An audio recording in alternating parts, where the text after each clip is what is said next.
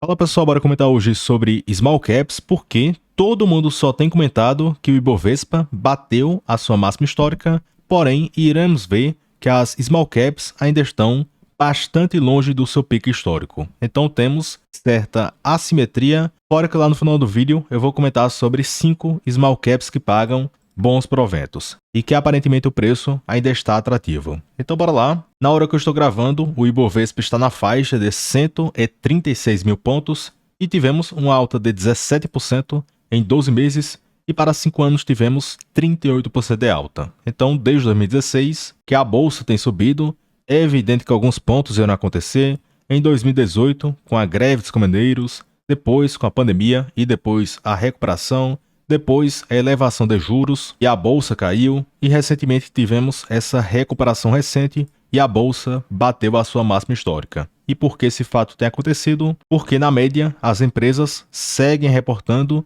bons lucros e olhando no consolidado, os lucros têm crescido com o passar do tempo, fora que a perspectiva ainda continua sendo positiva. Outro ponto, o foco do vídeo é sobre small caps e o primeiro ponto, algumas pessoas confundem sobre a classificação e é um conceito bem simples. O mercado considera uma small cap uma empresa cujo valor do mercado fica abaixo do que 10 bilhões. Então é só pegar a cotação da empresa vezes a quantidade de ações que iremos encontrar o valor de mercado da empresa. Porém, vocês podem encontrar esse ponto no site Investor 10, que é só clicar aqui nessa lupa e depois digita o ticker da empresa. E aqui abaixo terá várias informações, por exemplo, patrimônio líquido, quantidade de papéis, liquidez, endividamento e muito mais. E aqui no caso da Copasa, o valor de mercado atual é de 8,9 bilhões, ou seja, fica abaixo do que 10 bi, consequentemente a Copasa é classificada como uma small cap. Então temos essa foto aqui da Trigo no Capital, que eles fizeram esse levantamento, porque na bolsa, entre aspas, temos 278 empresas que são investíveis, porque tem algumas empresas listadas que têm uma liquidez praticamente zero, ou 1.000 por dia, 2.000 por dia, então fica praticamente inviável. Então nessa lista, eles já retiraram essas empresas. Então perceba que do universo de empresas da bolsa, 208 são de small e micro caps, o que representam 75% dessas empresas, entre aspas, investíveis. Então na prática, grande parte da bolsa brasileira é constituída de small e micro caps no quesito representatividade na quantidade de empresas. Além do mais, esse estudo mostra que small caps tendem a gerar um retorno maior do que empresas com alto valor do mercado e muita liquidez. Então esse estudo pegou de 72 até 2011 e ele separou em micro caps, small caps, mid caps e large caps. E também considerou a liquidez do papel para saber se possuía uma liquidez baixa, mediana ou elevada. Então note que na prática, uma microcap com baixa liquidez e uma small cap com baixa liquidez, na média, tende a performar acima do que empresas com valor de mercado elevado e com alta liquidez. E um dos motivos para isso é que a empresa pode possuir certa perspectiva de crescimento mais acelerada, até porque uma empresa com 1 bilhão de valor do mercado é bem mais propícia de dobrar de tamanho na sua atividade e no seu valor do mercado, diferentemente de um Banco Itaú da vida,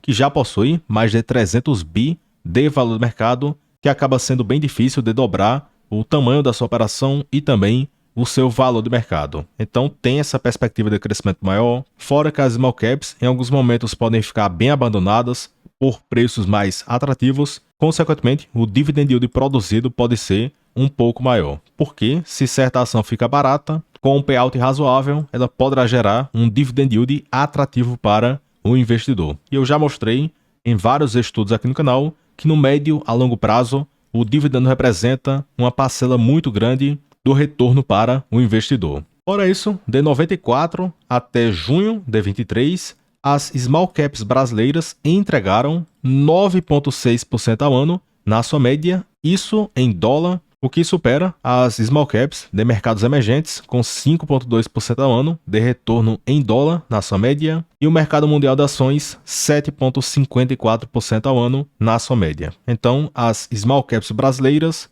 no longo prazo, conseguiram gerar um retorno diferenciado próximo do que 10% ao ano em dólar na sua média. E quem conseguiu investir bem pode ter conseguido uma performance até acima do que essa. Além do mais, olhando aqui para dois índices, eu coloquei o Ibov e o índice de Small Caps e perceba que em 2 anos o Ibovespa entregou 20%, enquanto o índice de Small Caps caiu 2,6%. E agora, para 5 anos, as Small Caps até 2021 e 2022 entregavam uma performance parecida com o Ibovespa. Quando o Ibov subia, as Small Caps também iam junto. Quando aconteceu a queda, a mesma coisa. Depois, a recuperação até 2021 e, desde então, as Small Caps caíram e ainda não se recuperaram desse grande tombo. Enquanto isso, o Ibovespa recuperou e batemos aquele último pico histórico que aconteceu em 2021. E perceba que lá na época também aconteceu um pico nas Small Caps e desde então elas não se recuperaram em relação àquele patamar. Fora isso, para 10 anos, o índice Small Caps entregou 70%, enquanto o Ibov foi de 126%. Então temos um grande descolamento que, historicamente, ambos andavam de forma parecida. E agora, pegando uma janela um pouco mais longa, de outubro de 2009 até o momento, perceba que, historicamente, as Small Caps, a linha em azul, entregaram um retorno um pouco acima do que o Ibovespa e perceba que fechamos esse retorno excedente que as Small Caps entregavam. Então, aparentemente existe certa assimetria para as Small Caps entregarem uma performance melhor do que o Ibovespa. Porém, isso é renda variável e não tem como garantir este fato. Outro ponto, vimos aquele pico das Small Caps em 2021 e a mesma coisa aconteceu com um pico da bolsa em 2021. E, desde então,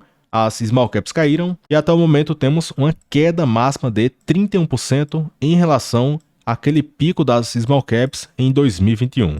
E só para ter noção, só para voltar para este mesmo pico de 2021, as Small Caps teriam que subir 46% na cotação. Isso olhando para o ETF Small 11, que replica o índice de Small Caps.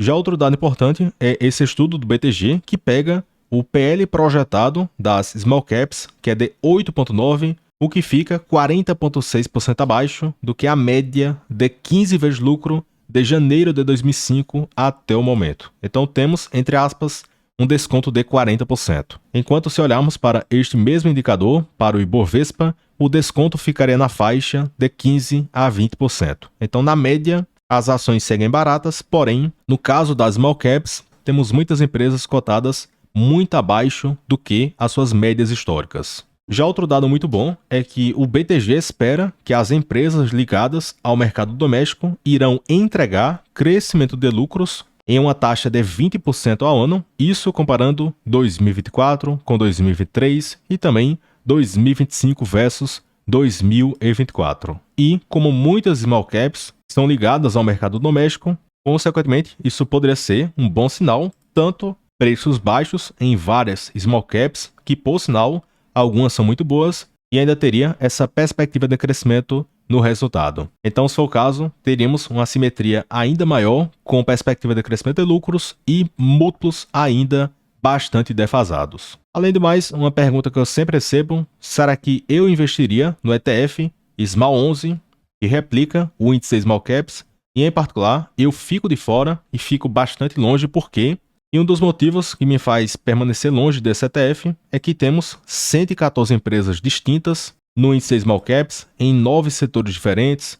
Tem muita empresa que é literalmente uma tranqueira, que não dá lucro, mal pagam proventos, com dívida alta.